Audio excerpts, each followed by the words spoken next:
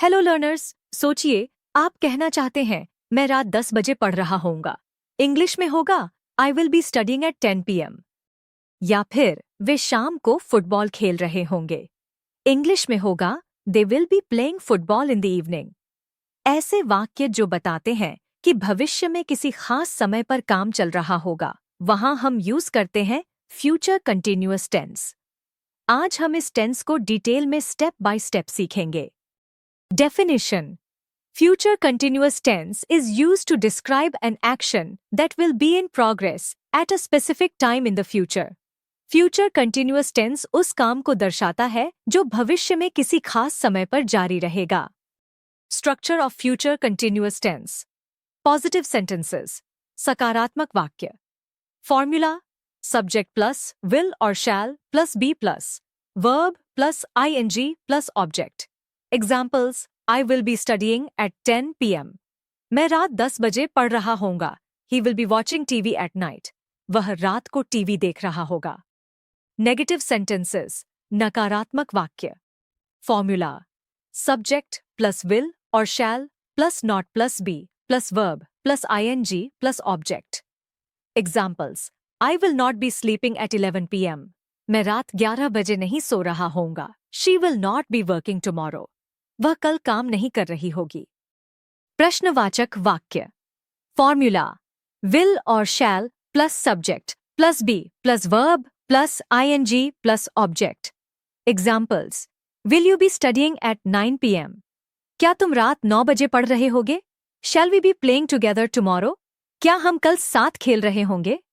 Negative interrogative sentences, नकारात्मक प्रश्नवाचक वाक्य।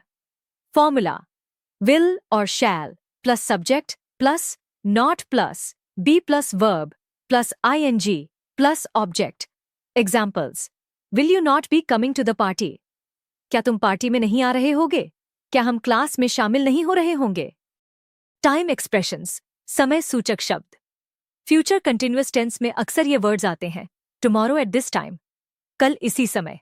एट 9 PM, रात 9 बजे। Next week at this moment, अगले हफ्ते इसी समय। ऑल डे टुमारो, कल पूरे दिन।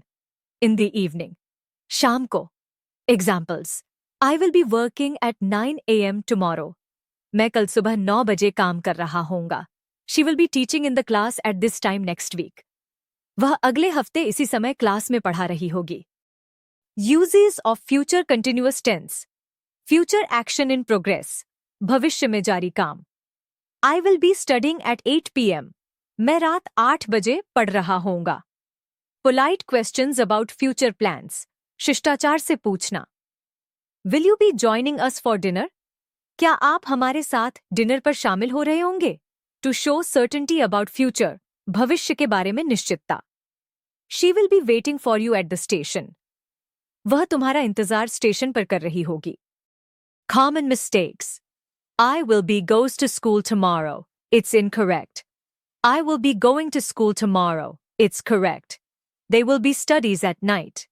It's incorrect. They will be studying at night. It's correct. He will be watch TV. It's incorrect. He will be watching TV. It's correct. तो दोस्तों, आज हमने डिटेल में सीखा फ्यूचर कॉन्टिन्यूअस टेंस। हमने समझा definition, structure, positive, negative, interrogative sentences, time expressions, real life uses, common mistakes. Homework: अपने आने वाले हफ्ते की कोई 5 एक्टिविटीज इंग्लिश में फ्यूचर कंटिन्यूअस टेंस में लिखिए और कमेंट्स में शेयर कीजिए। नेक्स्ट वीडियो में हम डिटेल से सीखेंगे future perfect tense. Till then, keep learning, keep practising.